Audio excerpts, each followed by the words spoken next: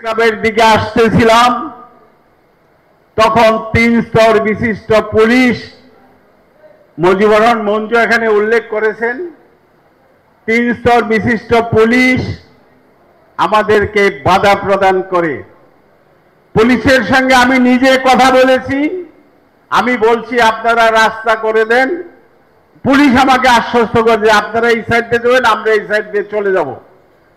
3 স্তর বিশিষ্ট পুলিশ ছিলেন সাজুয়া যান আগ্নেয়াস্ত্র নিয়ে, কিন্তু তারা সেদিন বলল যে পারমিশন হয়ে গেছে হেডকোয়ার্টার থেকে, আপনারা এই দিক দিয়ে যাবেন। কিন্তু আমরা যখন সামনের দিকে এগোতে চেষ্টা করলাম ঠিক তখনই টিয়ার সেল, লাঠি, রাবার বুলেট এবং গুলি, কি পরিমাণ গুলি সেদিন হয়েছিল ওই ভিডিওগুলো আমার কাছে আছে। সেখানে আমি আমার দলের সাধারণ সম্পাদক ডক্টর আবু ইউসুফ সেলিম সহ জেএসডির কামাল উদ্দিন পাটোয়ারি,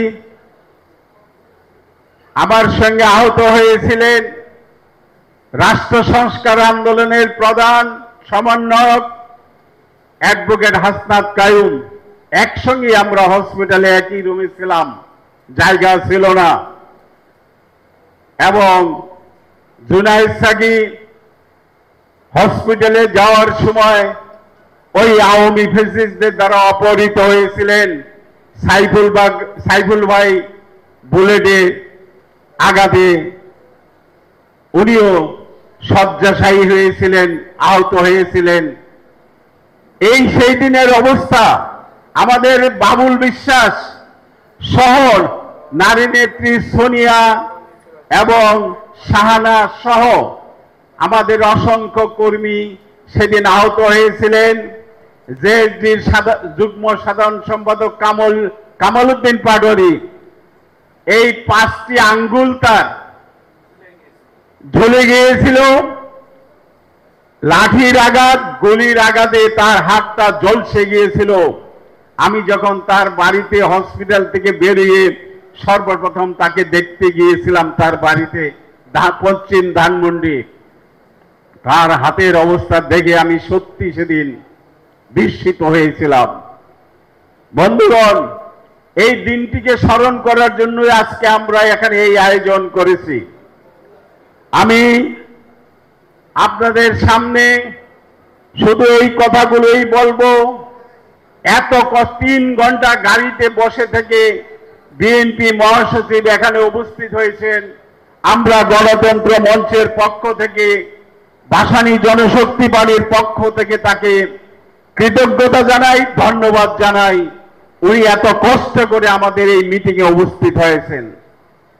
বন্ধুগণ, 71-এ যেভাবে আমাদের দেশটি আমাদের হাত থেকে বেহাত হয়েছে, 90-তে হয়েছে, আমার মনে হচ্ছে এই গণ অভ্যুত্থান বেহাত হতে যাচ্ছে। ওই খুনি ফ্যাসিস্ট হাসিনা ভারতে বসে যে ষড়যন্ত্র করছেন আপনারা দেখতে পাচ্ছেন। ডেইলি তার মোবাইলে হুমকি। তার দলের সেক্রেটারি জেনারেল গতকালকে একটি টকশোতে উপস্থিত হয়ে উনি যে কথাবার্তা বলেছেন, তারা ভারতে বসে নেই, তারা সেখানে বসে বাংলাদেশের ক্ষমতায় আরোহণ করার জন্য বিভিন্নভাবে তারা পায়তারা করছেন। এর সঙ্গে ভারত মদদ দিচ্ছেন, আপনারা সেটা ভালো করেই জানেন। তাই বন্ধুগণ, আপনাদের নিকট অনুরোধ করব, এই গণ অভ্যুত্থানের প্রত্যাশা যদি ব্যাহত হয় তাহলে এই দেশটি ভারতের অঙ্গরাজ্যে পরিণত হবে। আপনারা সাবধান হন। সমস্ত রাজনৈতিক দলকে আমি বলবো, ঐক্যবদ্ধ হন, জাতীয় ঐক্য গড়ে তোলেন। না হলে এই দেশের স্বাধীনতা, সার্বভৌমত্ব ব্যাহত হবে। এই দেশটিকে ধরে রাখতে আমরা পারবো না। তাই আপনাদের নিকট, রাজনৈতিক দলের নিকট আবেদন, অনুরোধ, এই গণ অভ্যুত্থানে আশাকাঙ্ক্ষাকে ব্যাহত করতে দিবেন না, এই আশাবাদ ব্যক্ত করে জাতীয়তাবাদী শক্তি রক্ত কামনা করছি। ধন্যবাদ।